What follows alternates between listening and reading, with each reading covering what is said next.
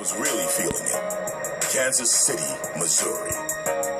People don't realize how close the Bay Area and Kansas City are. Like, we're like cousins. They just talk with a little more country slang and country grammar than us.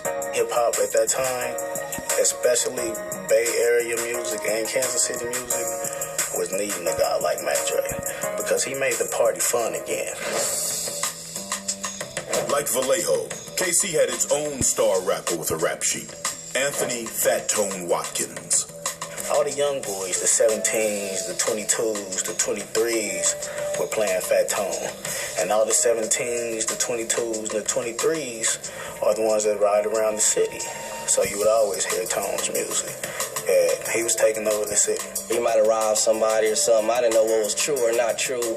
And, his lyrics was good. He was the new street guy coming up. And, that combination kind of works, as everybody knows. Fat Tone was a hustler, a rapper, and word on the streets, he was a killer.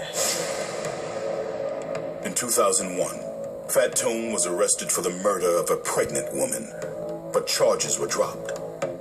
In 2003, he survived a drive-by shooting while riding in an SUV with two Bay Area rappers. That's when Fat Tone came out with the album, Mr. Untouchable. That's when his rap really started blowing up and he really started rapping real tough. When he dropped that first album, it's almost like a shark frenzy that took place, you know what I mean? Everybody was talking about Fat Tone, Fat Tone. A lot of times you would hear things that he did in the streets, whether true or not true.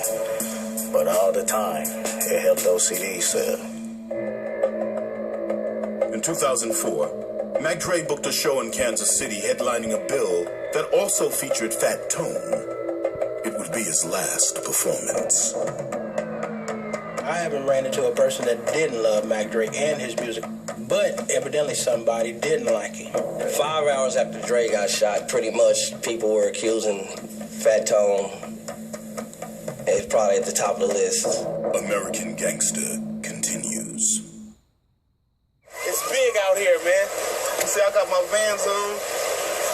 It's real loud, man. You got to come chill, man. All work, no play leads to... Yeah, treat yourself, don't cheat yourself. In October 2004, Mac Dre traveled to Kansas City for a concert at the National Guard Armory. He was met with open arms. The whole crowd just barraged, bum rushed the stage. While he performed, he had the crowd on the stage just dance with him. Yeah, it was a party, man. It was a party. The next night, Dre made a scheduled appearance at a local club where there were reports of an altercation. Supposedly, these two people that were arguing was somebody from Tone's camp and somebody from Dre's camp. I don't know. And then that was the night that, he left the party and they make it home.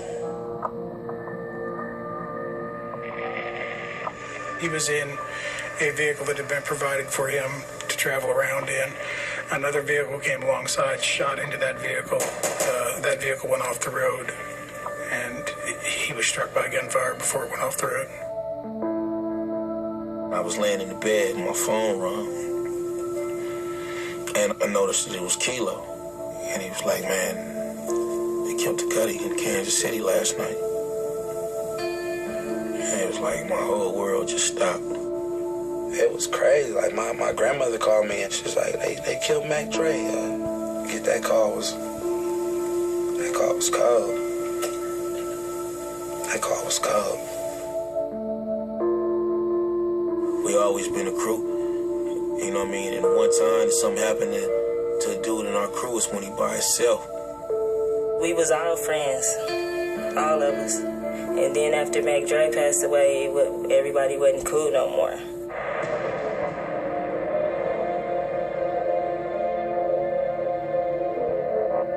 The next morning, people were saying Fat Tone, Fat Tone, Fat Tone, Fat Tone.